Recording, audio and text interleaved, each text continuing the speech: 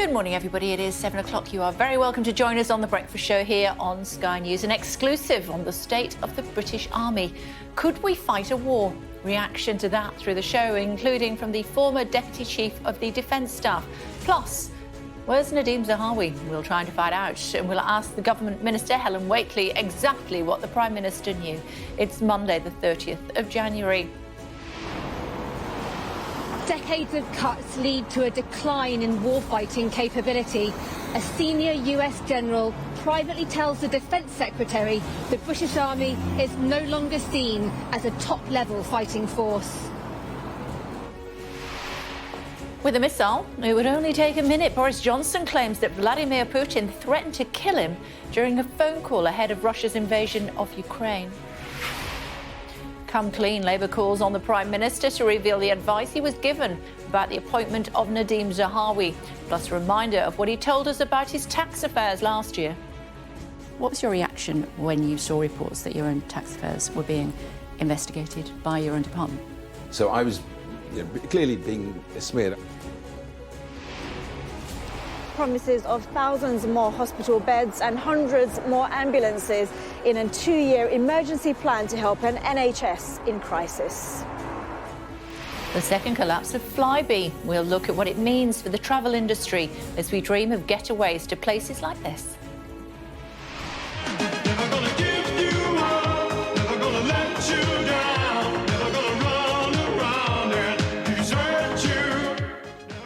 Rick Astley sues a rapper accusing him of imitating his worldwide 80s hit without permission.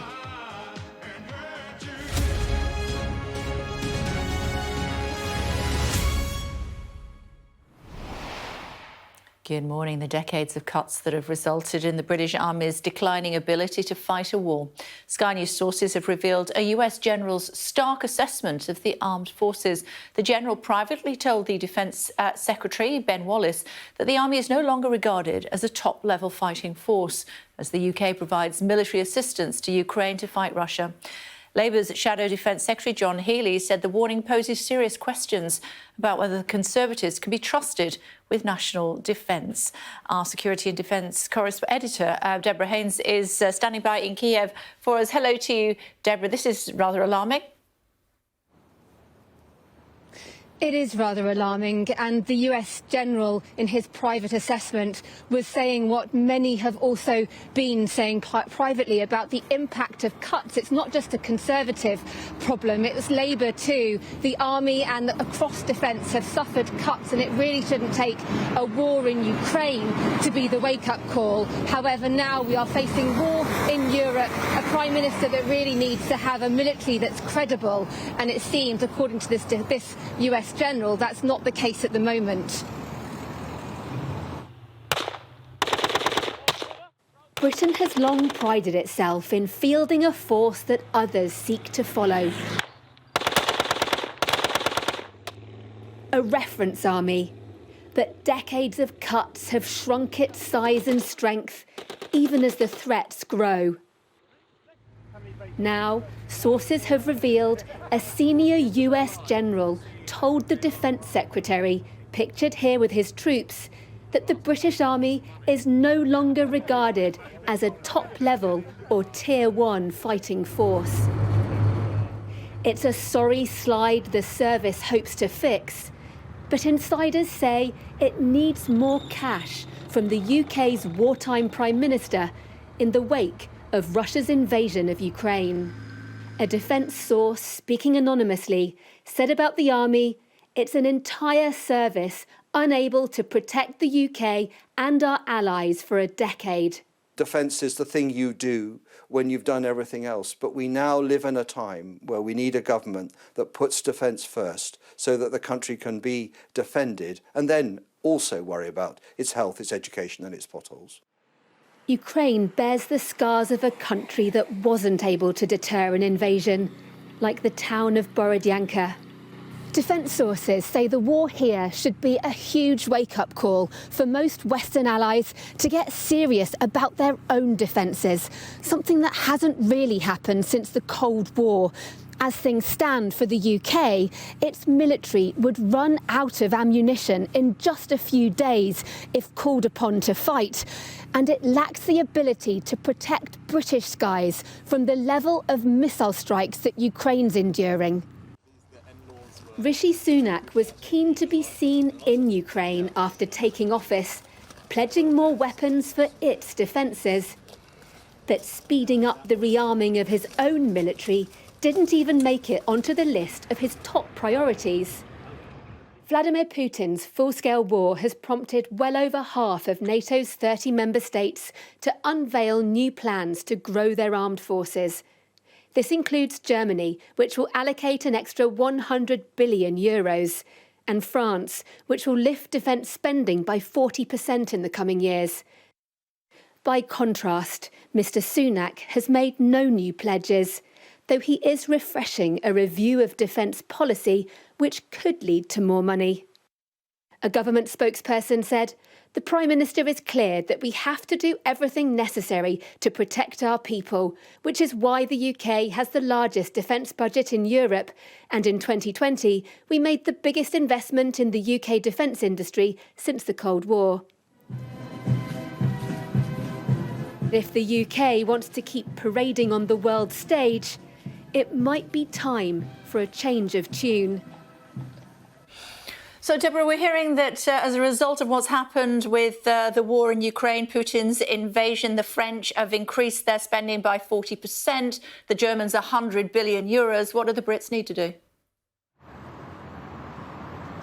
Well, the Brits will say that they already increased defence spending, which is true. Under Boris Johnson, the military did get an extra £16 billion over 4 years, but the security situation has dramatically changed following Vladimir Putin's war of in this country, Ukraine, and that's why they're saying that the plans are now out of date and the military needs more money in order to enable it to rebuild as fast as necessary. Otherwise, the Prime Minister, who seems to really like leading the way when it comes to supporting Ukraine, he was the first to say that he would send Western tanks to Ukraine, and actually Ukrainian soldiers are now arriving in the UK to learn on those tanks. He'll find, unless he supports his military more, when he dips into that cupboard of stockpiles to give to his Ukrainian allies, it'll be very bare. No, thanks very much indeed, Deborah. Thank you. And just a reminder that you can watch the full version of my interview with President Zelensky by going to the Sky News website. You can also read my behind-the-scenes account of the build-up to that chat and the moment Mr Zelensky learned of Western tank deployments during the interview. That's on our website, and you can also find it via my Twitter @KBurley. Meanwhile, Boris Johnson has claimed that Vladimir Putin threatened to kill him with a missile in a call they shared in the run-up to Russia's invasion of Ukraine. The former PM claims the conversation took place in February, shortly after he visited Kiev, in an attempt to show Western support for President Zelensky and the Ukrainian people. The war began 3 weeks after the call. He threatened me at one point and said, Boris, I don't want to hurt you, but with a missile it would only take a minute or something like that, jolly. Rishi Sunak is under pressure today to answer more questions on what he knew and when about the tax affairs of Nadhim Zahawi, who he sacked yesterday morning. Labour's deputy leader, Angela Rayner, and party chair, Annalise Dodds, have called on the PM to come clean. This hopelessly weak Prime Minister has been dragged kicking and screaming into doing what he should have done long ago. Rishi Sunak shouldn't have needed an ethics advisor to tell him that Nadhim Zahawi's position was untenable, but instead he continued to prop up the man he appointed to cabinet. He must now come clean on the advice he was given about that appointment in the first place and why he apparently ignored the warnings. Well, here's what the then Tory leadership contender told me when I quizzed him about his taxes last summer. I need to ask you about your investigation into your own tax affairs.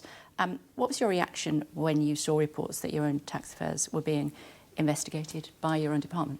So I was, clearly being smeared, I was being told that the Serious Fraud Office, that the National Crime Agency, that HMRC are looking into me. I'm not aware of this. I've always declared my taxes. I paid my taxes in the UK. I will answer any questions HMRC has of me, but I will go further, Kay. I'm going to make a commitment today that if I am Prime Minister, I think the right thing to do is to publish my accounts annually. That's the right thing to do, because I think we need to take this issue in many ways off the table. I will publish my accounts annually. That's the right thing to do. I will look at what the options are in terms of backdating or just publishing annually. I think it's right to do it. What about your tax returns? That's what I'm talking about. My tax return I will publish annually. OK. And shortly speaking to the Minister for Social Care, Helen Whately. And in the latest edition of Sky's Daily Podcast, host Neil Patterson and Deputy Political Editor Sam Coates analyse the fallout of Nadhim Zahawi's exit from the Cabinet and what it means for Rishi Sunak. You can listen to it by scanning the QR code on your screen right now. The Prime Minister will lay out a 2-year emergency care plan for the NHS in England today, but he's being warned there are no shortcuts to fixing a system in crisis. Here's what we know so far. The plan aims to transform urgent care following a winter of unprecedented pressure. A £1 billion fund dedicated to boosting frontline capacity will be introduced, including 800 new ambulances and 100 specialist mental health vehicles. The fund will also provide 5,000 more hospital beds. Virtual wards are set to be expanded, with 50,000 patients benefiting from high-tech home care by the end of 2024. And there'll be services running 12 hours a day to provide more urgent care for people at home, avoiding the need for hospital admissions. Well, last Thursday, Sky News held a phone-in programme to hear patients' experiences in the NHS. Carlo was among those who contacted us. He described being discharged from hospital too quickly and says he was left waiting for a hip operation and a diagnosis for Parkinson's disease.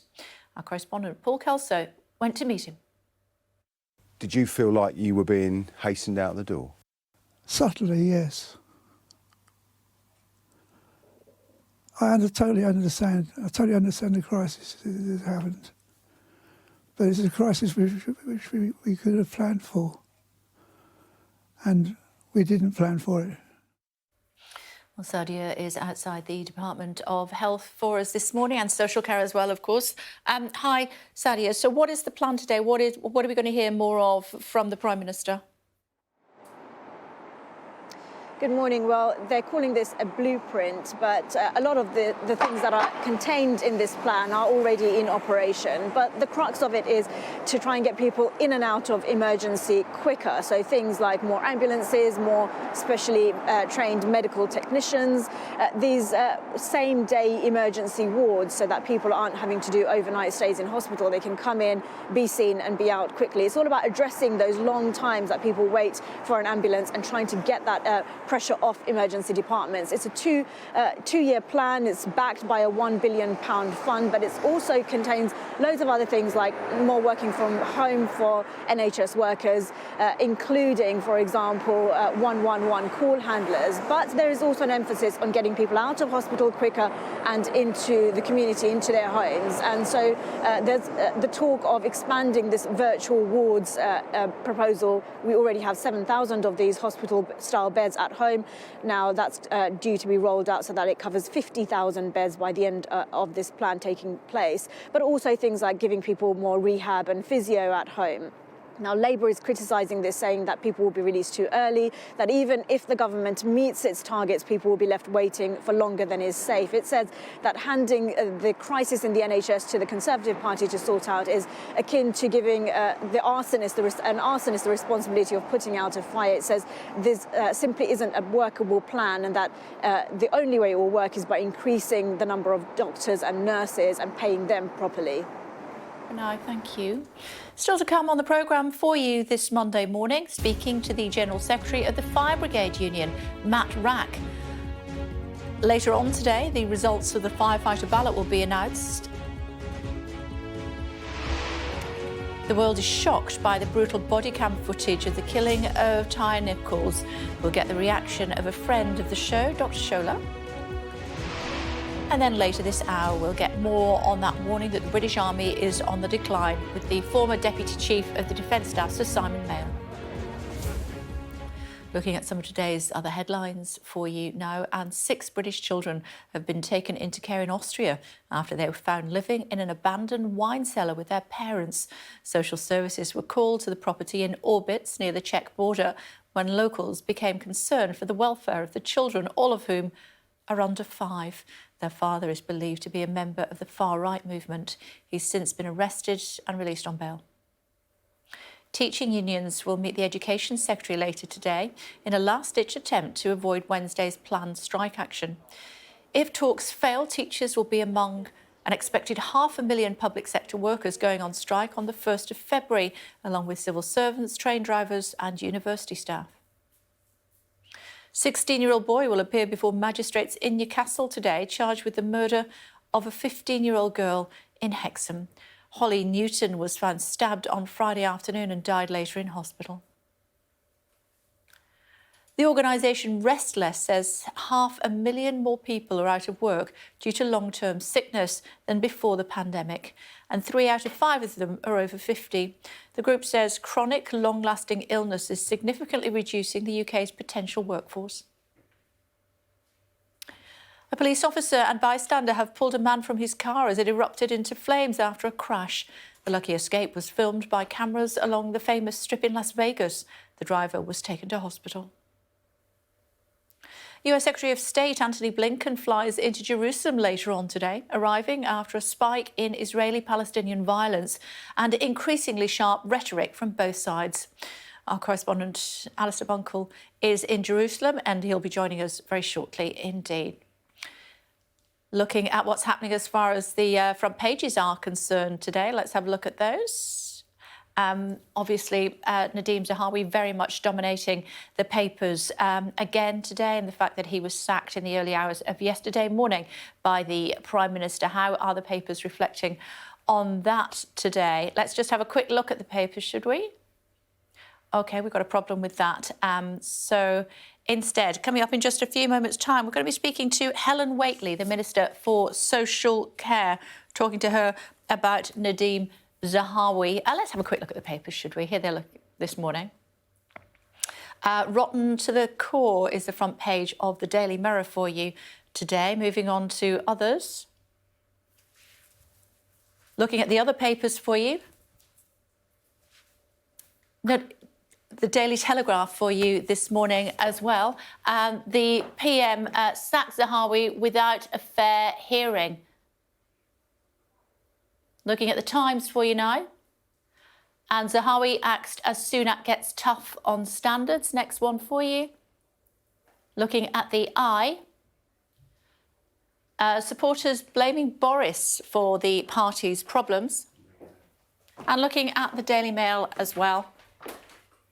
Splashing Mr Johnson's comments in a new documentary that Russia's president threatened him in the lead-up to the Ukraine invasion. Final look at the Express for you, and that really is the story that all the other papers are covering as well. I could kill you in a minute is apparently what President Putin said to Boris Johnson. Representing the government this morning, the Minister for Social Care is Helen Whately. Hi, it's good to see you. Thanks for joining us on the programme. Very much appreciated. Has Nadhim Zahawi been unfairly treated? Well, the Prime Minister has followed the process that he said he was going to do. He appointed an independent ethics advisor, Sir Laurie Magnus. Sir Laurie reported back. The Prime Minister saw that report, and on the basis of that, he made the decision that Nadhim Zahawi should be removed from his government. Yeah, but do you think he's been fairly treated? Well, no, I don't, because I think that process was exactly the right thing to do. The Prime Minister was under pressure to act more quickly, but he said no, he was going to follow a fair process. He did that. So Laurie really set out in some detail the reasons for the judgment, the things that he saw that Nadhim Zahawi had done wrong or had not done. And that was the basis on which the Prime Minister made his decision. When you get appointed, you get a phone call asking you a set of questions, which is your opportunity to say whether there's something that the Prime Minister ought to know before they appoint you. And also, as I say, you fill in your register of interest. These are the places where ministers declare things at the point of appointment, and Nadhim Zahawi didn't. That was what was set out in the letter. But what I'm trying to get to the bottom of is, are you telling me that civil servants and the Cabinet Office's propriety and ethics team would not have alerted this Prime Minister to concerns about the financial affairs of Nadhim Zahawi? What I'm saying is the Prime Minister didn't know about the things that then have come out and set out about it. Well, this is the process, and that's this is, as I said, the process which in general means that ministers have declared all their interests and the things that should be known. It's really important to make sure that there should be no conflicts of interest or actual perceived conflicts of interest. These are things that you know as a minister taking on the important responsibility. Civil servants in the Cabinet Office are saying, whoa, you need to look at this guy's finances, and that isn't passed on to this present Prime Minister. I'm not going to give you a different answer from what I just said, because what I've explained is what the Prime Minister knew. And as I said, it was set out in the report yesterday. That was why the Prime Minister made the decision that Nadhim Zahawi had to be removed from government. OK, the Lib Dems feel his transgressions are so heinous he should have the whip removed. Why are they wrong? Well, as he's been fired from government. This is a very serious consequence because he didn't comply with the Ministerial Code, but he was still elected to be a Member of Parliament. Now, we can talk about this more. I will just say that I've come here to talk about something that I know that people really care about, I do the interview, which is about you answer the questions, yes, of course, but I'm very keen to make sure that this is what my viewers want to know about, and Mm-hmm. I'll ask the questions in the order that I see fit, if you don't mind. Why should he not have the whip removed? Are you happy with him still being a Conservative? I'm happy with the decision that the Prime Minister has made. So you're happy with him still being a Conservative and still representing the Conservative Party from the backbenches? As I said, and he was elected to be a Conservative Member of Parliament. I do think, clearly, as set out by the Independent Ethics Advisor, it was very serious what he had or, in fact, hadn't set out. But I also have worked alongside him in the Department of Health during the pandemic. I know what a fantastic job he did, driving the progress with the vaccination, so that we got millions of people vaccinated in this country from COVID, ahead of many, many other countries. And that's something I'm really grateful to him for making that happen. OK, Deputy PM is next in the firing line. He has something like 24 civil servants who've claimed, made formal complaints against him for bullying.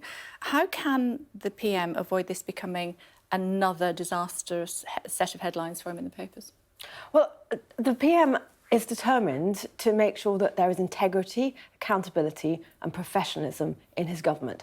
That's why, when things like this, when complaints are made, there is a fair and due process followed. So that is being followed in this circumstance with the Deputy Prime Minister, as it has been with Nadhim Zahawi. The Prime Minister's got the report for Nadhim Zahawi's behaviour and made a very rapid and decisive decision to remove him from government. Meanwhile, I would say ministers like me are getting on with a really important job of working on people's priorities. I am here to talk about the NHS. We'll talk about that. And the thing that people really care about. I have 8 minutes with you, and as I said, I'll decide how we conduct this interview, if you don't mind.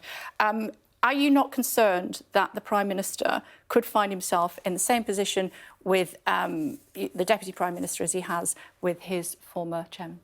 I'm not going to prejudge the outcome of the investigation that's going on, and I'm sure the Prime Minister will make the right decision when that report's back. OK, talk to me then about the NHS remote monitoring. How's that going to work for elderly people? Give me more detail. I'll just take a step back. So what we're doing today is we're announcing our plan to recover urgent and emergency care. So this is where, because we know that people have been waiting too long in A&E, or have had to wait to get ambulances. I know people are really worried about that. If you call an ambulance, you want to know that ambulance is going to come. We want to make sure that that is the case.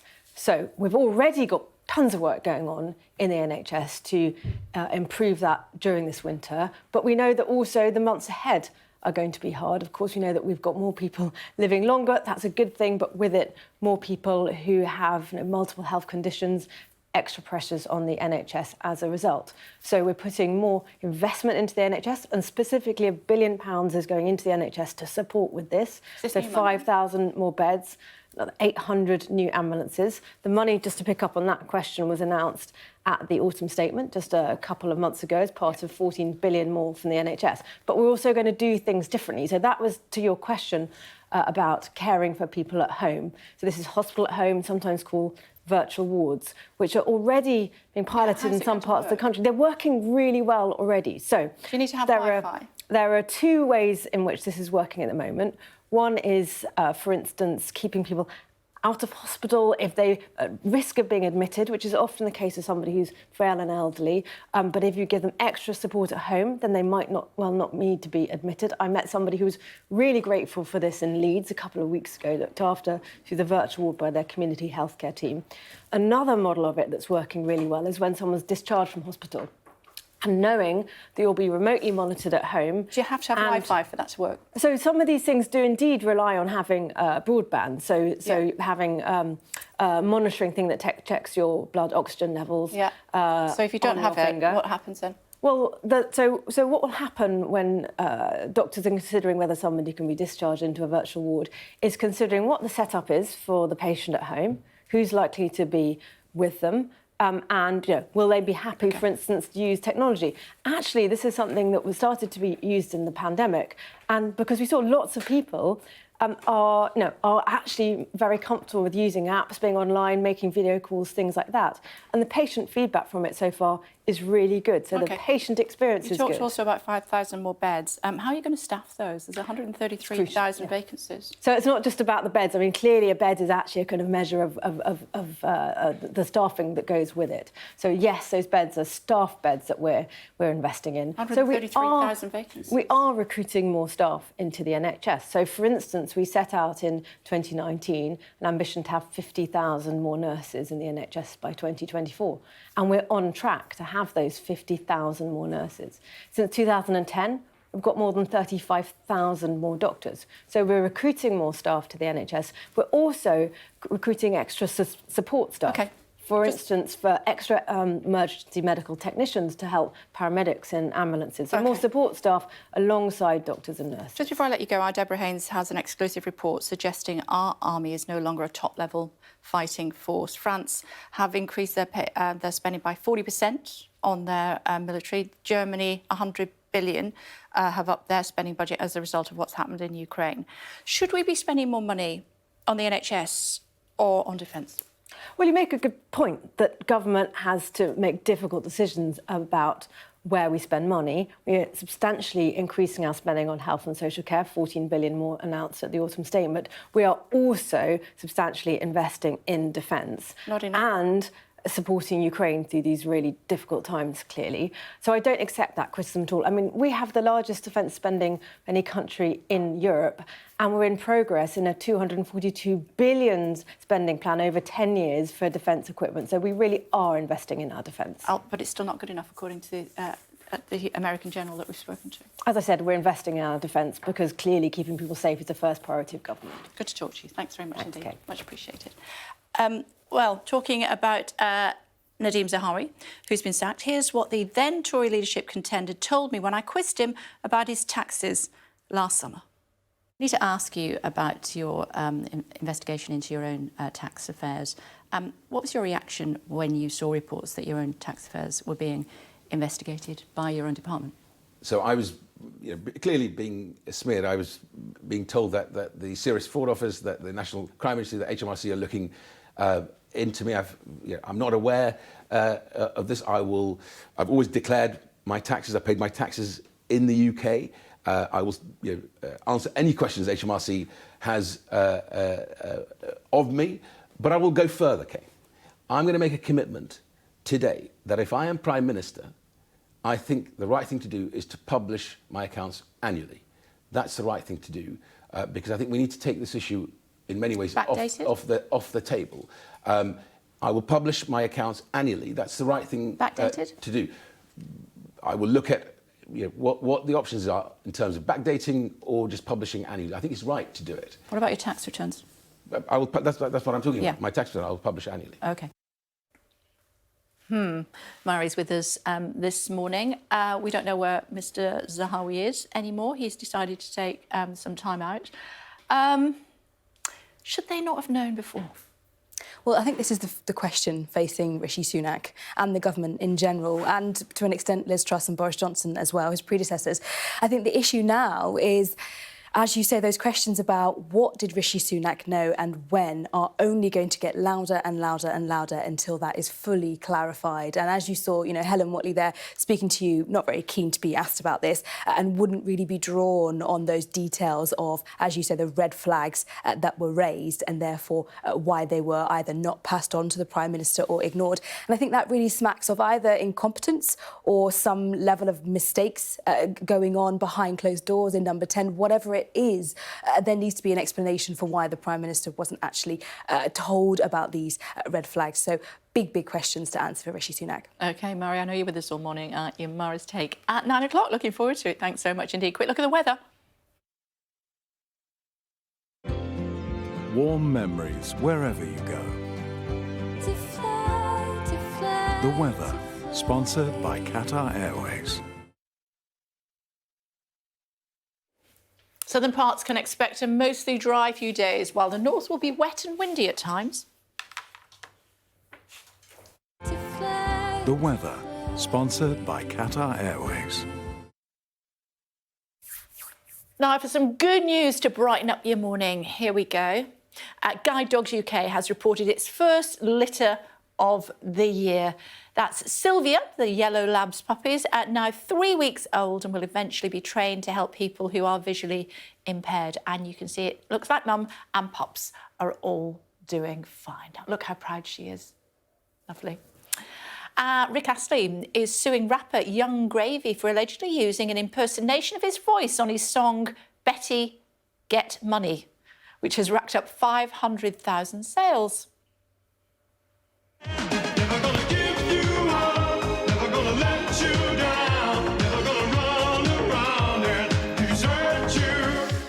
Things that Rick Astley will never do. Now, the 80s singer said that he hadn't agreed to his vocals being imitated and that his distinctive voice must be carefully managed. Young Gravy is yet to comment, but if we know anything about Rick Astley, he's just never going to give up on that one, is he? He's from Wigan, did you know? Coming up, we're live to Jerusalem, where tensions are simmering, and the US Secretary of State is due to arrive within hours.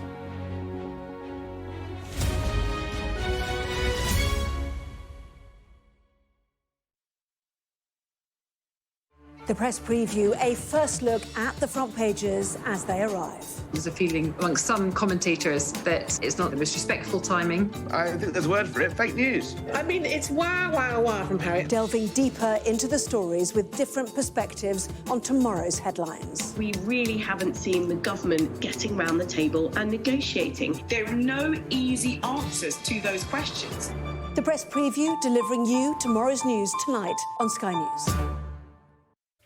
Hello again, everybody. You are watching Sky News. Just want to update you on some breaking news reaching us here at Sky Centre. A major search underway to find a 45-year-old woman from Inskip in Lancashire who vanished while walking her dog. Nicola Bulley, last seen 2 days ago at around, in fact 3 days ago now, at around 9:15 a.m. on a footpath by the River Wyre off Garstang Road in the village of St Michael's on Wyre.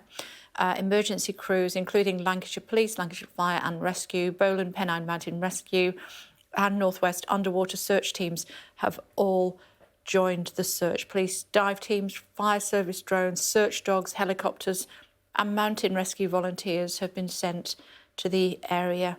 Lancashire Police said Ms Bulley's dog, a brown spaniel, has been found close to where she was last seen, and hope this might help jog the memory of anyone who saw her at around the same time and who may have information relating to her whereabouts. She's 5'3", light brown shoulder-length hair and speaks with an Essex accent. In other news, the US Secretary of State, Antony Blinken, is flying into Jerusalem later on today, arriving after a spike in Israeli-Palestinian violence and increasingly sharp rhetoric from both sides. Alistair Bunkle standing by for us in Jerusalem this morning. Hi, Alistair, what's going on? Well, Antony Blinken's been in Cairo overnight. Egypt really is sort of the main mediators often between the Palestinians and the Israelis when things get tense. So he started his 3-day trip to the Middle East there. He arrives in Tel Aviv later on this afternoon, around lunchtime, your time. He'll come up here to Jerusalem for talks with the new Israeli government, including the Prime Minister Bibi Netanyahu. And then tomorrow he'll go to Ramallah in the West Bank for talks with the Palestinian Authority. And he comes at a moment when this region is on edge. There's been significant violence over the last week. It is threatening to spiral out of control, and he will come with a message from the White House that the Israeli government and the Palestinians need to take steps to calm it down. It's not his first visit here. He's been a number of times before. The CIA director, William Burns, was here recently as well. The US, as ever, is very engaged in US-Palestinian issues, but with a new right-wing Israeli government, I think the question is are they in a position or in a mood to listen to them? OK, for now, thank you. Firefighters' strike ballot over pay will be announced later on today. If members of the Fire Brigades Union vote for action, it will be the first time it's happened nationwide in 20 years. The FBU has said that in the last 12 years, firefighters have seen a 12% real terms pay cut, with 1 in 5 jobs lost. Joining us now, General Secretary of the Fire Brigades Union, that's Matt Rack. Hello to Mr. Rack, it's good to see you. Thanks for joining us on the programme this morning. What can we expect if there is a strike? Good morning, Kate. Well, we still hope that we can avoid a strike. We don't intend to put strike dates in straight away after the result. We've asked for a meeting with our employers. We've given them additional 10 days and have agreed to meet us on the 8th of February. So we hope that they wake up to how serious the situation is. We hope they wake up to how angry firefighters are at falling pay, and they make an improved offer. Otherwise, there would then be strike dates put in. But as I say, there's chance for them and the government to step in and avert this level of conflict. Why do you want to strike? Well, we don't want to strike. Nobody wants to strike. Workers lose money when they strike. But firefighters are prepared to strike because they are fed up and angry at the level of attack on their pay. 12 years of seeing their pay fall in real terms while their jobs are also cut and the service is also suffers an endless decline. We get to fires slower and slower each year. And they're not prepared to accept that. They love their job, they want to serve their communities, but they've also got families and bills to pay, and you can't pay that when your wages keep getting cut. Mr. Rack, I'm reading in my newspaper that cleaners and HR staff could reportedly be called on to answer 999 calls if there is industrial action. Surely that's not the case. I'm not familiar with that. The question of what is put in place when we go on strike is a matter that would have to be addressed to the fire service employers or to the government. That's their responsibility. As I say, our attempt is to seek to avoid a strike. The employers and the government need to wake up to the failure to invest in the fire and rescue service, as in other public services, but in our case, in the fire and rescue service. And they need to do something serious to avoid a dispute. And they can only do that by sitting around a table with us and improving their pay offer. And I hope they do that very quickly. So suggestions that fire services around the country are training up back office staff to bolster frontline services. You're not aware of that? Well, they may be doing that. They don't involve us in those discussions. Those are discussions that they will have with themselves. And I think the question's better directed to them. I'm not involved in any of that discussion. What I'm involved in is talking to our members and then seeking to talk to the government and to the employers so that they can improve their pay offer and we can avoid getting into a strike in the first place. But how much alarm would it cause you and your members that a cleaner was on a shout? Well, clearly, in our view, training for a firefighting job is a very serious matter. It takes years, in fact, to become a competent firefighter. And in our view, nothing should be done to undermine that level of competence. So if that is what is being done, that's totally inadequate. Thank you for taking the time to join us. I know the vote result will be at around about 5 o'clock this evening, and we'll hopefully chat to you again after that. But for now, thank you. Thank you very much.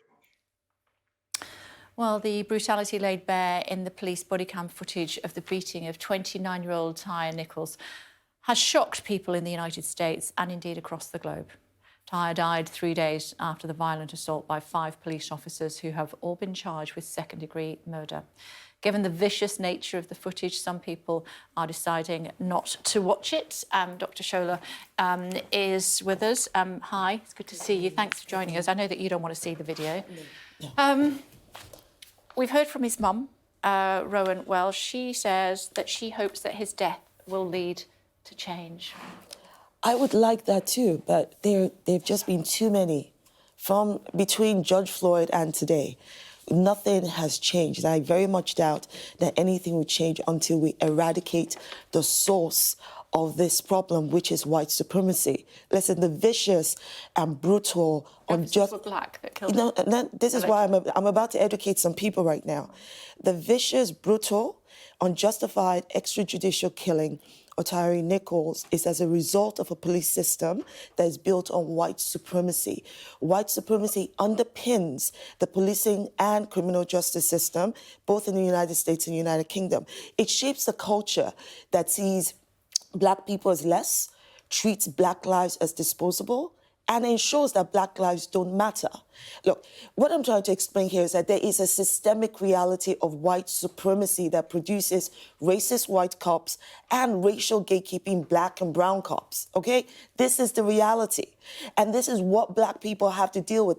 And this does not absolve in any way, shape, form, or manner the individual responsibility of the police officers. And I'm sure that there are good police officers listening right now that would say, no, listen, the point of the police is to protect and serve, and we try to do this. And I'll be like, look, I agree, the point of the police is to protect and serve, but the reality is that good police, they're the exception, not the norm. And the reality is what we see every day. Now, there'll be people also watching right now going, first of all, because they're Black police officers, it means it's not racist. No, it means that you've not educated yourself on how systemically white supremacy works. Black and brown racial gatekeepers exist in policing, exist in our healthcare system, in our politics. They exist everywhere. And their point and their representation is to represent white supremacy, not people of their own race. Now, there'll be people argue right now going, oh, that's a left way of thinking. No, that's a humanity way of thinking. This is why activists like myself have always been very careful when we say representation matters, diversity matters, but you do not go and bring somebody whose whole representation is to represent exactly what is against us and say, that's your representation, Dr. Shola, that person's Black. I'm like, no, that person's not my representation, because what they stand for is everything I stand against. So how does society start, particularly society in the United States, start to address that? Okay, so we need to understand that you cannot treat, rehabilitate white supremacy. You need to eradicate it and, quite frankly, wipe the ideology of white supremacy off the face of the earth. And you mentioned the United States. Okay, it exists here in the United Kingdom. Please, let me name some names. Joy Gardner, who was killed in 1993. We've got Sean Riggs in 2018, Rashawn and Charles in 2017. Think about Jimmy Mubenga, Sarah Reid. Sarah Reid was in 2012. Sheku Bayo was in 2015. I mean, the list goes on. These are people who died in custody and by the hands of British police officers. We need to take, it's going to take more than moral courage. It's going to take more than just having police do the right thing. We as a society have to be able to stand up and say, no more. We recognize what white supremacy is doing in our policing system, in our criminal justice system. Do you notice how quickly these 5 Black police thugs, let's not call them officers, right? How quickly they were arrested and charged and fired. That is unprecedented, because every other white cop that's actually even done worse by killing Black people, lynching them on the spot, they didn't get fired immediately. They didn't get arrested immediately or charged. But so at the end of the day, white supremacy always finds its way. And these Black officers will most likely get longer sentences. There will be justice seem to be done because that they're Black. So it is the UK and the US that must address the issue of white supremacy. We should have a national and international register that clearly lists the names of police officers, Black, white, and brown, who are who have been known to commit domestic abuse, racial abuse, all of these things, they are not fit for office. They should not be there. That's the people, that's the individual, but we must also look at what underpins policing that treats black people this way, and it's white supremacy. People, wake up. It's 2023. We've had Kenan Anderson. Now we have Tyre Nichols. Think about it. This is the source of the problem. And the fact that even after the global Black Lives Matter protests in 2020, and everybody said, oh, we're so shocked at what happened to George Floyd. Absolutely nada, zilch, nothing has changed. Why is that? Let me ask you one final question before I let you go. We're talking, well, I wanted to talk to you about legal building blocks. The George Floyd Justice in Policing Act, introduced in 2021, but it's been held up in the Senate. Talk to us briefly about that. I think the reality is that when politics steps into it, humanity flies out. This is similar to gun reform laws not taking place in the United States, or the fact that the Voting Rights Act, too, struggled to even see any light of day. Again, I come back to the issue of white supremacy. It is not in the interests of these politicians that are holding back change through law to ensure that George Floyd Act sees the light of day. And let's remember that the law also is not the whole solution, okay? The law, people hide behind the law, and people use the law to enforce evil reforms, or else. Think about it. Why is that nothing has changed? So it is important to have the law. It is important to enact that, but it's also important to change the mindset.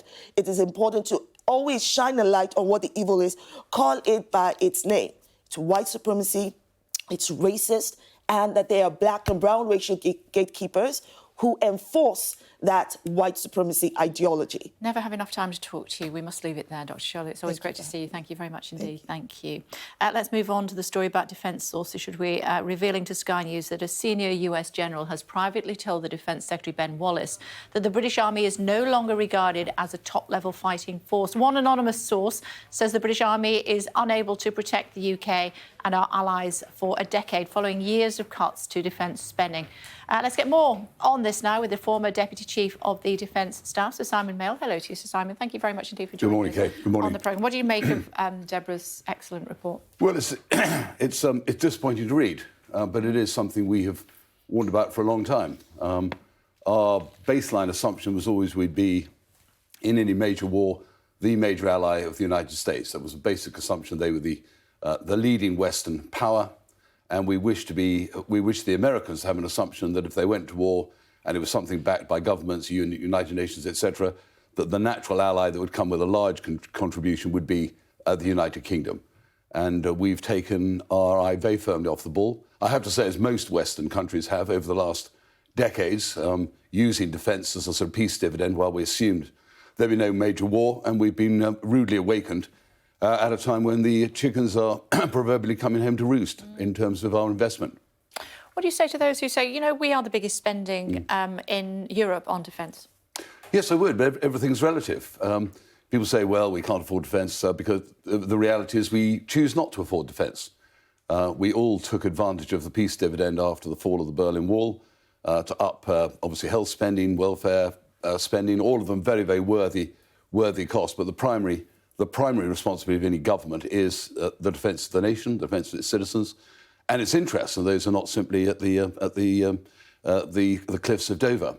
And ultimately, of course, numbers aren't everything. We utterly understand that. You've only got to look at Ukraine. It's the spirit, it's the fighting spirit of an armed forces. But to an extent, quantity does have a quality of its own, and we have undermined.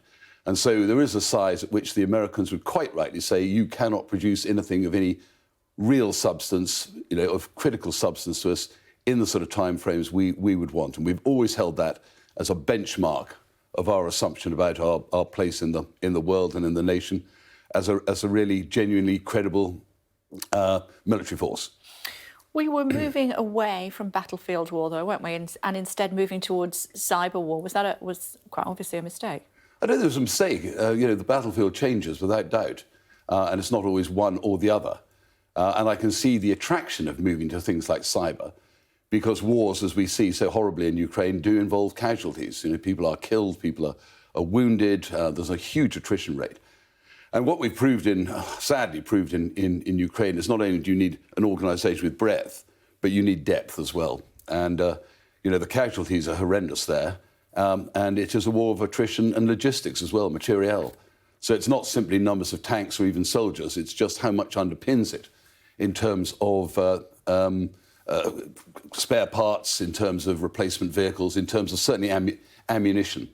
And that is, of course, what you're seeing about the debate about 14 Challenger tanks.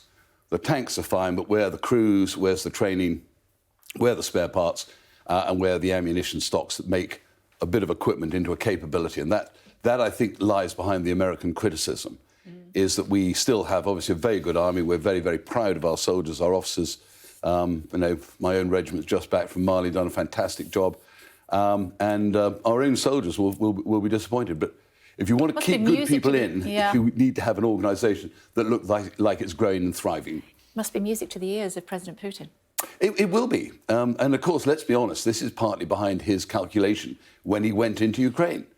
That the European nations, and let's, again, not just beat up ourselves about this, we remain a highly credible, capable armed forces. Our Navy, our Royal Air Force, our Marines, and certainly our Army, my own service, are still highly capable. We still invest a lot, but we've got to be realistic about the threats that we face. And I think Putin, when he looked at going into Ukraine, he looked at political will, looked at the reality of what the great armies might be able to do. You've only got to look at Germany and France. They're the other sort of peer group Western European conventional armies. Must have thought, I'll factor that into my gamble. They're not ready to contribute anything other than good words for a number of years to come. So it's a build back. We must leave it there. Thank you very much indeed for joining us on the programme. Thank you. I actually went, I'm not sure if you caught my interview with President Zelensky. We went to Ukraine last week, to Kiev to be precise, talked to him about all sorts of things, including President Putin. It was actually his 45th birthday while we were there. And today, we're wishing a very happy birthday to a man who's more than worthy of a killer drum roll intro.